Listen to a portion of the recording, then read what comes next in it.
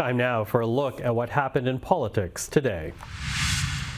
The NDP is calling on the federal government to continue funding searches for unmarked graves at former residential school sites. The party's Deputy Indigenous Services critic, Nikki Ashton, joined First Nations leaders in urging the Trudeau Liberals to renew project funding in the upcoming budget. There are concerns that program support for Indigenous Services Canada, including for the International Commission on Missing Persons, which helps with the searches, could run out in 2025. Communities need answers. They need to be able to bring their children home. Cuts to this program and other such programs fly in the face of seeking truth and reconciliation. We are asking for these cuts, this sunsetting, to be reversed. Newfoundland and Labrador's finance minister delivered her government's budget this afternoon after protests outside the provincial legislature prevented her from tabling it yesterday. Hundreds of fishers and their supporters blocked entrances to the Confederation building in St. John's on Wednesday, forcing the government to delay the budget.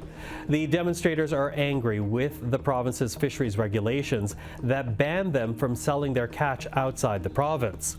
Crowds gathered again this morning, prompting a heavy police presence, including officers in riot gear and on horseback.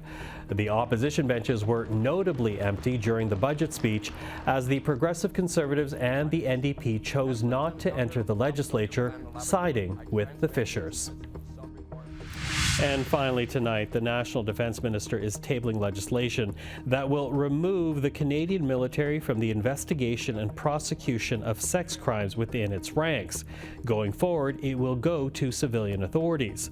Bill Blair made the announcement as he outlined changes to the National Defence Act meant to address recommendations from two former Supreme Court justices to reform a toxic culture in the armed forces.